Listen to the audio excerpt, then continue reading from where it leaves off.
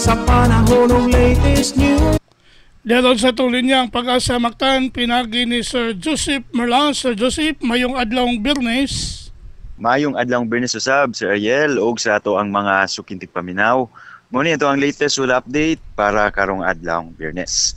Kining frontal system o boundary diin disaan nag-abot ning bugnaw og init nga masa sa hangin mo'y nakapekto, nakahatag og mga katag-katag na mga pagulan diha lang sa extreme northern Luzon.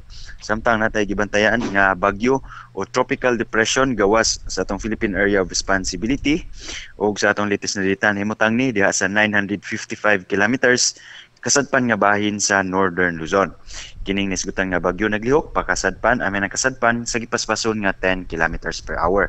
Ug sa atong forecast karong adlaw apil na ug mga adlaw posible ang landfall diha sa China ug sa Hong Kong ug sa adlawng Domingo posibleng magpadol diha sa Taiwan area.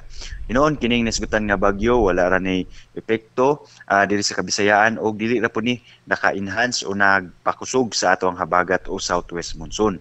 Maong karong adlaw ang tibuok Kabisayaan lakip na ang probinsya sa Sugbo padentang makasanati aning generally fair weather condition na kasarangan ug init nga timpo sa panahon. Ug kung natay mga pagulan, mga panagsang pagpanagom, kini mga pipila lang, mga patak-patak ug mga lumalabay dala sa localized thunderstorms. Karong mga oras ingon man tibuok gabi wala tay nakita na mga pagulan diri sa Central Visayas.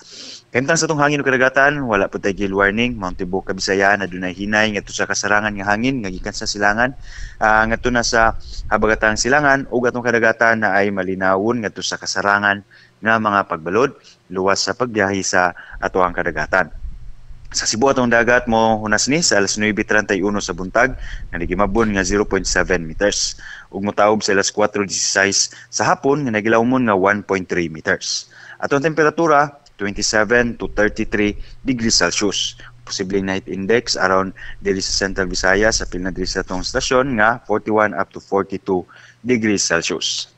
Atong haring adlaw ni subang sa alas 5:21 sa buntag ug mo salup ni sa alas 6:02 sa hapon.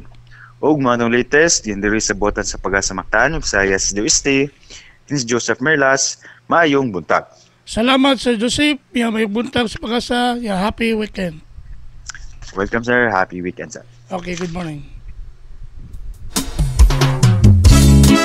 Inyo gadabati si Sir Joseph Merlas, ang atong weather specialist, gikan sa Pag-asa Mactan naghatod sa atong dagan sa kahimtang sa panahon nining adlawng Biyernes, Mayo 31, 2024.